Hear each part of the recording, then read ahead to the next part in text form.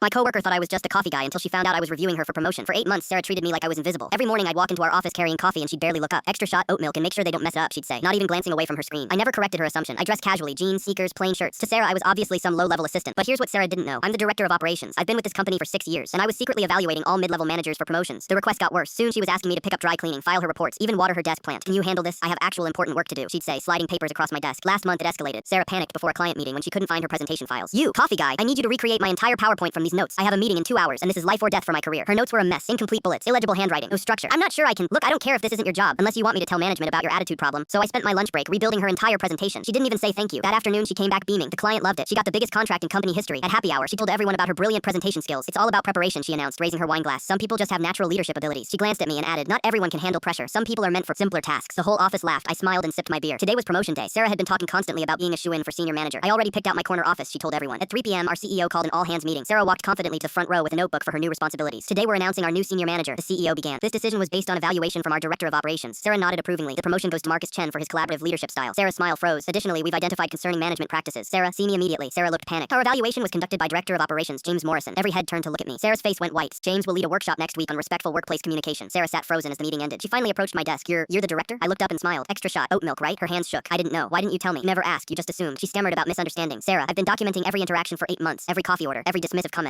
It's all in my report. Her face went pale. The promotion was about how you treat people when you think they can't affect your career. But I got us that huge client. I showed her the presentation on my laptop. You mean this presentation? The one you made me recreate? The client loved in my work. You just delivered it. She stared, realizing her biggest win was actually mine. I'm sorry, is there anything I can do? I stood up. You can get your own coffee tomorrow. Sarah lasted 2 weeks before pursuing opportunities elsewhere. Her replacement starts Monday. I wonder if she'll assume I'm just the coffee guy too. The next morning, there was a Starbucks gift card on my desk with a note. I'm sorry, please give me another chance. Minor Sarah. I threw it away. Word spread fast. Other employees who'd watched Sarah treat me like dirt suddenly remembered every dismissive comment. I always wondered why you never said anything, my assistant mentioned. She was so rude. Sometimes the best lessons come from letting people reveal who they really are. Sarah's LinkedIn now says she's between opportunities. Mine still says director of operations, same as it has for 6 years. Sarah's replacement brought me coffee on her first day. As a thank you gesture, not an assumption. I heard you like oat milk, she said with a genuine smile. Finally, someone who knew the difference between respect and assumption. I kept that coffee. It tasted like justice. Next week, I start evaluating the next round of management candidates. I wonder how many will notice the quiet guy in jeans taking notes. Assumptions can be career killers, and I should know. I've been documenting them for years. The best part, Sarah's presentation that landed the huge client, it's now part of our training materials. My work with my name on it. Some people are meant for leadership, others are meant to get their own coffee.